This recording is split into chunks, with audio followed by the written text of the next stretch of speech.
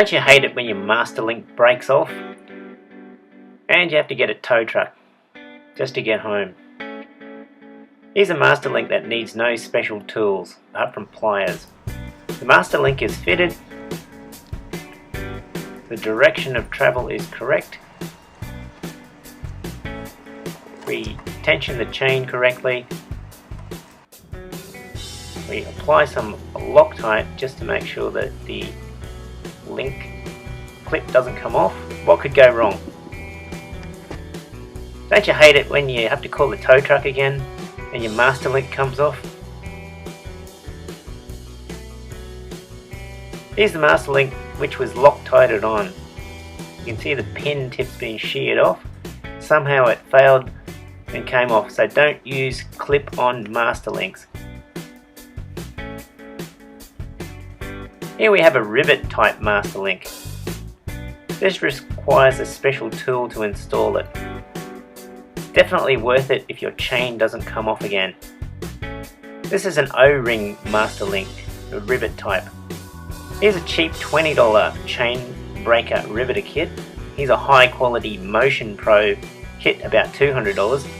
Here's the chain breaker and riveter set I bought. This kit looks similar to the Motion Pro, but the kit's about $35. It's got the chain breaking features. It's also got the plate to squash the masterlink plate on.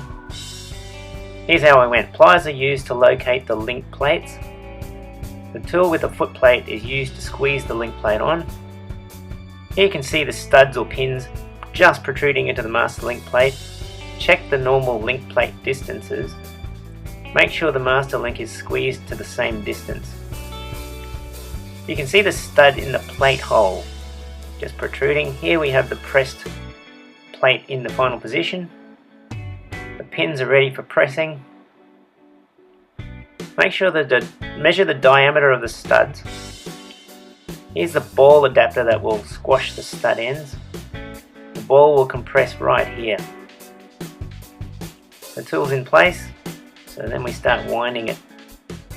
The stud needs to be squashed about 0.5 millimeters more.